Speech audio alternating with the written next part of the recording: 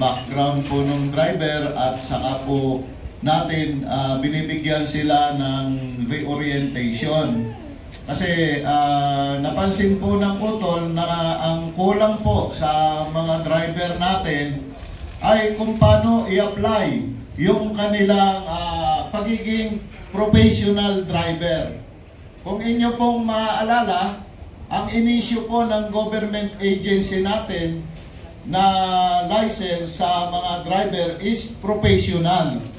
So, marami pong nabigyan ng professional na license, pero hindi po nila alam kung paano po i-apply yung pagiging professional.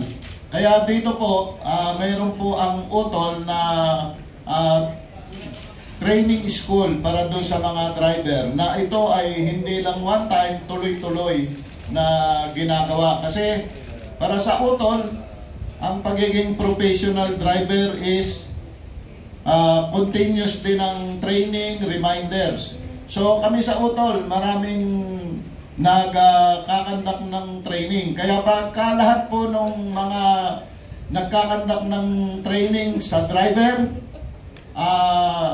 na-pick up po lahat ng driver yung aming tinuturo. Ang produkto po namin, 100% din magaling na Pilipino driver. Yun po yung sa driver. So, doon naman po sa isa niyong tinanong na help button na para kay driver, kay passenger. Unahin po natin yung driver. Normally po, ang help button is designed emergency cases.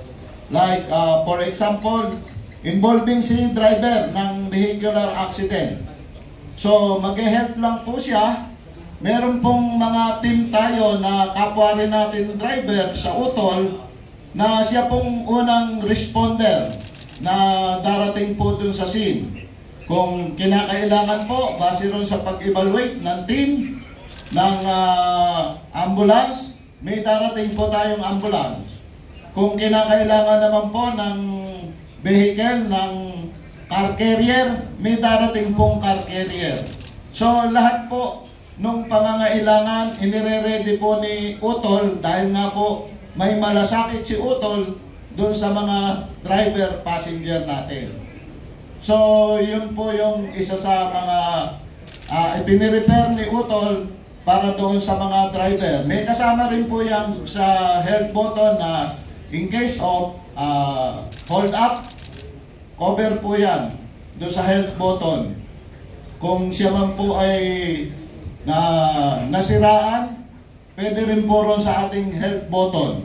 Meron naman po tayong responder din dyan ng mga driver, partner, mechanic, or ano man yung pangangailangan. Kung electrician ba ang kailangan na mga emergency na ma-encounter nila sa road. So ang last naman po na sinabi ni Sir is para doon sa mga passenger na help button.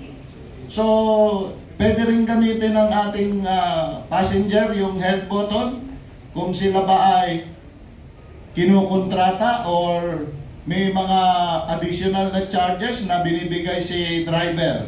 But for sure sa utol, palagay ko hindi basta mangyayari yun. Kasi nga, well, yan yung aming practice na sa family as utol. Na hanggat maaari, ibigay natin sa mga utol na mananakay yung nararapat na serbisyo na ipagkalaob natin.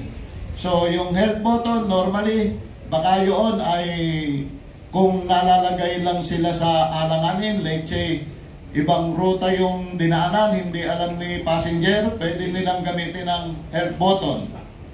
Kung sila naman mayroong mapansin na unusual kay driver, o pwede rin silang gumamit ng help button.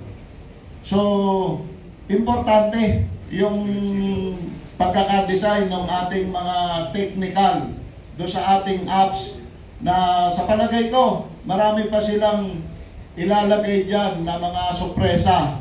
Pero yan lang muna yung inihahain nila sa ating mga mananakay. Pero alam ko, tuloy-tuloy ang gagawin natin dyan. So, yun po yung sagot ko doon sa tanong ni Sir. Salamat po.